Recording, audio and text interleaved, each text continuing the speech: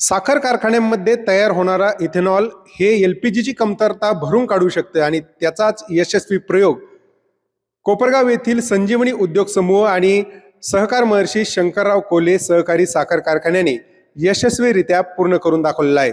आपण जर आता या दृश्यांमध्ये बघितलं तर ही इथेनॉलवर चालणारी शेगडी आहे, जी या कारखान्याने पुण्यातील एका कंपनीच्या माध्यमातून बनवून घेतलेली आहे आणि या शेगडीमध्ये कारखान्यात तयार होणारा इथेनॉल रिफिल करायचा आणि त्यानंतर ज्या पद्धतीने आपण LPG गॅस वापरतो त्याच पद्धतीने हे कार्यान्वित होतं आणि अत्यंत उपयुक्त आणि LPG पेक्षा अधिक सुरक्षित हे सगळे जे आहे ही प्रोसेस आहे.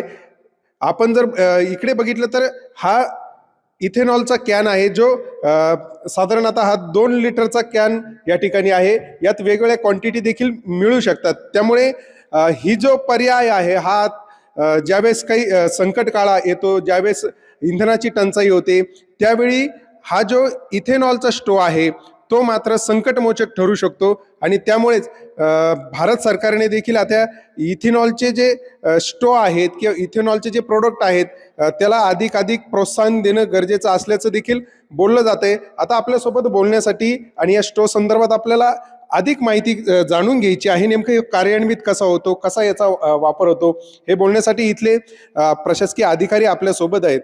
सर, काय सांगाल, काय नेमकी ही संकल्पना या इथेनॉल स्टोची आहे, कसा कार्यान्वित आहोत? सर, हा जो आपण बघितला असेल आता, हा स्टो याला 2 बर्नर आहेत आणि याची कॅपॅसिटी 2.5 लिटर इथेनॉल याच्यामध्ये बसतं. याच्यामध्ये शक्यतो आपण डिनॅचरड इथेनॉल वापरतो आणि त्याची प्युरिटी, त्याची शुद्धता ही 93 ते 94% इतकी असते आणि हा एकदम सुरक्षित आहे वापरण्याकरता. याला रिफिल करण्याकरता एक कॅनिस्टर दिलेलं असतं ज्याच्यामध्ये 2.5 लिटर इथेनॉल बसतं आणि याला एक ATM मशीनसारखं एक मशीनमध्ये आपण रिफिल करू शकतो. ठीक आहे, मला आता तुम्ही प्रत्यक्ष दाखवा की कसं हे सगळे कार्यान्वित, म्हणजे कसं रिफिल करायचं, कसं स्टो चालवायचा, एकंदर मला सगळं तुम्ही एकदा हे सगळं दाखवून द्या आमच्या दर्शकांना. रिफिल करण्याकरता आपल्याला दोन्ही बर्नर पूर्णपणे बंद करावं लागतात. आता मी बर्नर बंद करतोय आणि बर्नर बंद केल्यानंतरच हे रिफिलचं जे झाकण आहे ते उघडलं जातं आणि त्यानंतर आपण हा जो कॅनिस्टर हा आपण याच्यावर असा ठेवला की याच्यामधलं इथेनॉल हे खाली स्टोवमध्ये जाते आणि भरल्यानंतर ऑटोमॅटिक ते बंद होतं. म्हणजे हा कॅन फक्त घ्यायचा आणि याच्यावरती फक्त ठेवायचा. याच्यामध्ये जे इथेनॉल आहे ते आता याच्यात स्टोवच्या टाकीमध्ये जात आहे आणि टाकी भरल्यानंतर ऑटोमॅटिक हे बंद होतं आणि त्यावेळेस आपण याला लेवल इंडिकेटर पण दिलेला असतो. अच्छा, ओके. त्याच्यामुळे ते एकदम सेफ आहे, सुरक्षित आहे वापरणं. आणि मग हा गॅस सुरू कसा करायचा? आता सुरू करण्याकरता हे परत काढून घ्यायचं, कॅनिस्टर काढून घ्यायचं रिफिल झाल्यानंतर. आपलं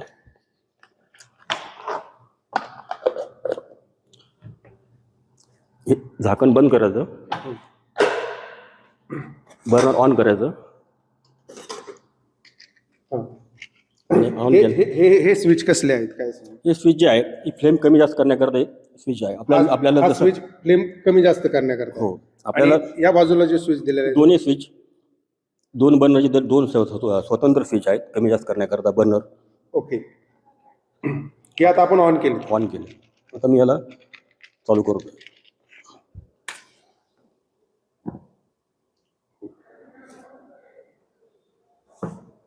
आता दोन्ही बर्नर आपले चालू झालेले आहे. याचे कमी जास्त पण करता येतो काय स्विचच्या हो, आता आपण फुल केलेलं आहे. आपल्याला जितकं फ्लेम पाहिजे त्या प्रमाणात आपण त्याला ॲडजस्ट करू शकतो. आता मी फ्लेम कमी करतोय.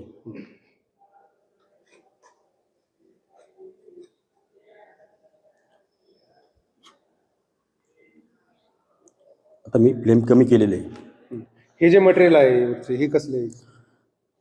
हे जे मटेरियल आहे ते आपण बघितलं SS चं आहे, स्टेनलेस स्टीलचं आणि खालचं MS आहे, त्याला कार्बन कोटिंग. MS आहे स्टेनलेस.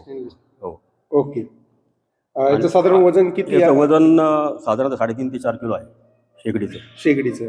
आणि त्याच्यात नाही, शेगडीचं 1.5 ते 2 किलो आणि आपण जे Gas इथेनॉल refill भरतो केल्यानंतर त्याच्यानंतर 4 किलो होतं साधारण 4 किलो साधारण त्याचं वजन होतं. हो.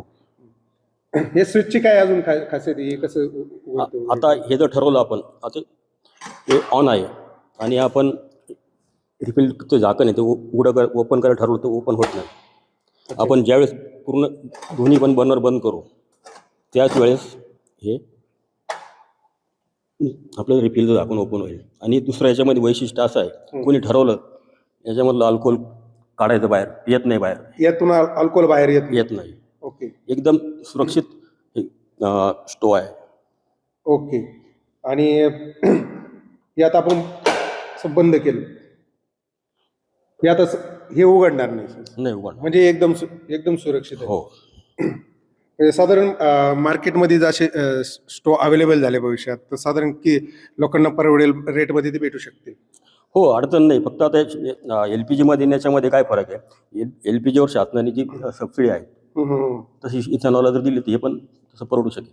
म्हणजे मग इथेनॉल जर आपण बघितलं तर मोठ्या प्रमाणामध्ये साखर कारखान्यांमध्ये तयार होतो.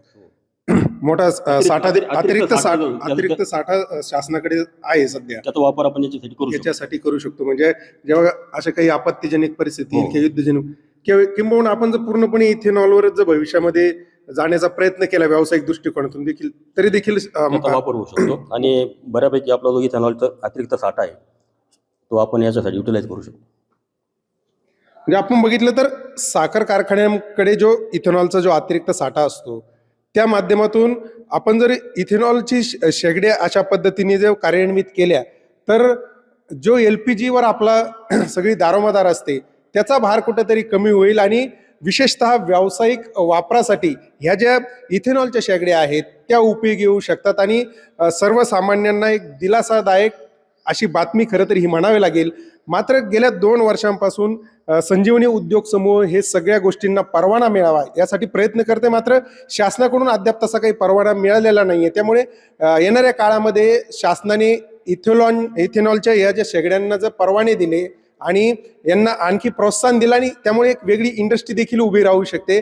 आणि त्याचा परिणाम जो आहे तो आपल्याला ऊर्जेच्या बाबतीत भारत जे आत्मनिर्भर होण्याचं स्वप्न बघतोय त्या स्वप्नांकडे अधिक बळकटी देण्याचं काम याच्या प्रोजेक्टमधून होऊ शकतं. त्यामुळे येणाऱ्या काळात शासनाने देखील या सगळ्या गोष्टींवरती एक सकारात्मक विचार करणं गरजेचं आहे. आणि या इथेनॉलच्या शेगड्यांना खरं तर जास्तीत जास्त प्रोत्साहन देणं गरजेचं आहे. मात्र आपण आता दृश्यांमध्ये बघितलं की कशा पद्धतीने ही सगळी शेगडी कार्यान्वित होते. अगदी सोपं आहे. म्हणजे सामान्य माणूसही अत्यंत सोप्या पद्धतीने ही सगळे हँडलिंग करू शकतो. त्यामुळे ही वापरासाठी अत्यंत सुरक्षित आहे. त्यामुळे खरं तर संजीवनी उद्योग समूहाने आणि कोल्हे कारखान्यांनी हे जो प्रयोग आता सर्वांसमोर आणलेला आहे या प्रयोगाला शासन आता कशा पद्धतीने पुढे प्रोत्साहन देतं हे बघणं देखील महत्त्वाचं ठरणार आहे. सचिन बनसोडे, साम TV न्यूज, कोपरगाव, अहिल्यानगर.